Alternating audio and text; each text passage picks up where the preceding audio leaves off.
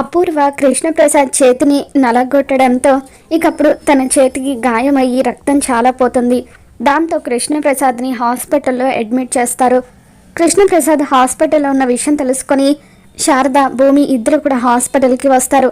ఇకప్పుడు అపూర్వ, మీరా ఇద్దరు కూడా అక్కడే ఉండడం చూసిన శారద, వాళ్ళు ఇక్కడే ఉన్నారు కదమ్మా, ఇప్పుడు నేను ఆయన దగ్గరికి ఎలా వెళ్ళాలి అని చెప్పి అంటూ ఉంటుంది. ఇకప్పుడు భూమి, మీరేం కంగారు పడకండి ఆంటీ, అంతా నేను చూసుకుంటాను కదా, అంకుల్ మీరు తప్పకుండా కలుస్తారు అని చెప్పి అంటూ ఉంటుంది. ఇక ఆ తర్వాత నర్స్ దగ్గర నుండి మత్తు ఇంజెక్షన్ తీసుకొని అలా వెనక్కి తిరిగి నిలబడి ఉన్న అపూర్వ దగ్గరికి వెళ్ళి తన చేతికి మత్తు ఇంజెక్షన్ గుచ్చేస్తుంది. దాంతో అపూర్వ స్పృహ కోల్పోతుంది.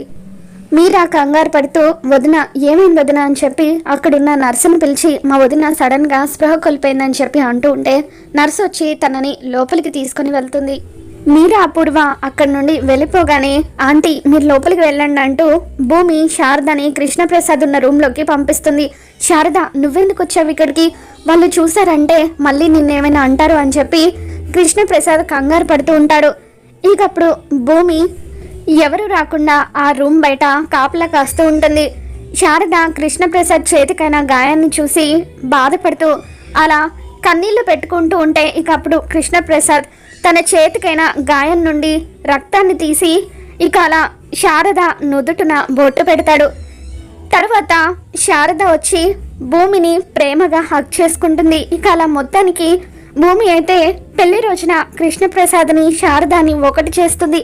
మరి ఈ వీడియో మీకు నచ్చినట్లయితే తప్పకుండా లైక్ చేయండి.